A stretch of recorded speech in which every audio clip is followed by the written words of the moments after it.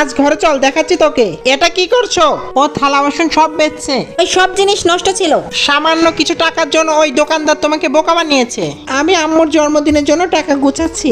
কতবার বলেছি তোর মা যেখানে গেছে ওইখান থেকে আর আসবে না। ছোটু, না শুনে ঘরের জিনিস বিক্রি করতে হয় না। আমি আমার মায়ের ছবি আঁকবো। আমার ওয়াল নষ্ট করছিস, দেখাচ্ছি তোকে। তুমি পালাচ্ছ কেন? দাঁড়া, আমার ওয়াল নষ্ট করে কোথায় যাচ্ছিস? চাচু ভাগো জলদি, আমার মনে হয় মা রাস্তা ভুলে গেছে, এই জন্য আমি সারা দেওয়ালে আমার আম্মুর ছবি আঁকিয়েছি যাতে সে খুঁজে পায়। এই সব ছবি আলাদা আলাদা কেন? কেননা আমি তো জানি না আম্মু কেমন দেখতে। ছোটু, তুমি যদি সবার দেওয়ালে এভাবে ছবি আঁকো সবাই অনেক রাগ করবে, কিন্তু তুমি চিন্তা করো না, তোমার মা আবার আসবে। ছোটু সব ছবি মুছে দেয়।